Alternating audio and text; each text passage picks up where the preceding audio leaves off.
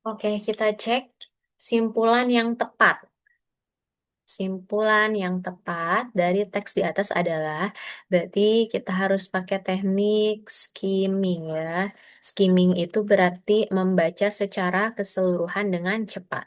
Kita cek dulu di sini, bencana alam merupakan peristiwa yang terjadi secara tiba-tiba dan menyebabkan kerusakan serta kerugian besar baik materi maupun korban jiwa.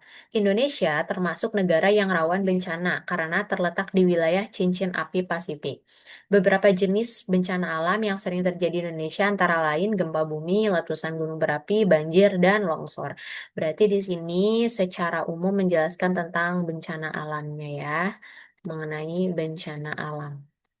Bencana alam di Indonesia secara umum. Oke, paragraf 2, dampak dari bencana alam sangat luas. Berarti ini ngebahas tentang dampaknya nih. Tidak hanya menyebabkan korban jiwa dan kerusakan infrastruktur, bencana juga dapat meluap perekonomian masyarakat. Misalnya petani kehilangan lahan pertanian, nelayan tidak bisa melaut, dan anak-anak terhambat pendidikannya karena sekolah rusak. Oleh karena itu, upaya penanggulangan bencana harus dilakukan secara serius oleh semua pihak. Untuk meminimalkan dampak bencana, nah ini solusi ya. Diperlukan kerjasama antara pemerintah dan masyarakat. Pemerintah perlu menyediakan sistem peringatan dini yang akurat, sementara masyarakat harus diedukasi agar siap siaga menghadapi bencana. Selain itu, penting juga menjaga lingkungan seperti tidak menebang hutan secara liar, agar bencana seperti banjir dan longsor dapat dicegah. Oke, kita udah dapat ide pokok dari masing-masing paragraf. Tinggal kita cek aja opsinya. Kita cek di sini. Yang A, pemerintah harus menanggung seluruh kerugian akibat bencana alam. Bukan ini ya, simpulan itu harus mencakup, simpulan itu harus mencakup atau mewakili isi keseluruhan teks. Jadi nggak boleh cuman sebagian-sebagian, misalnya cuman sebagai simpulan paragraf satu nggak bisa. Di sini simpulan yang tepat pada teks, artinya 3 paragraf itu kesimpulannya. Yang B, bencana alam tidak dapat dicegah, tetapi dampaknya bisa diminimalkan dengan kerja sama semua pihak.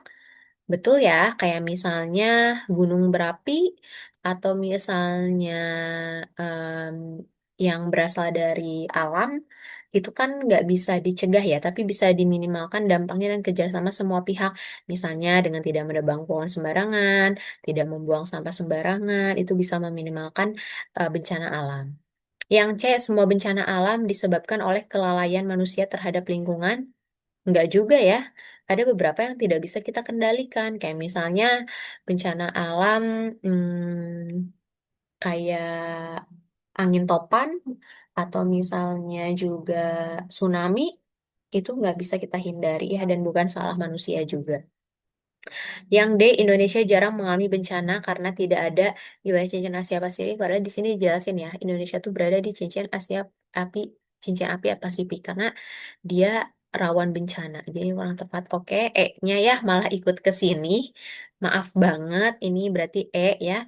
Sekolah rusak karena pemerintah tidak peduli terhadap pendidikan saat bencana. Ini kurang tepat ya.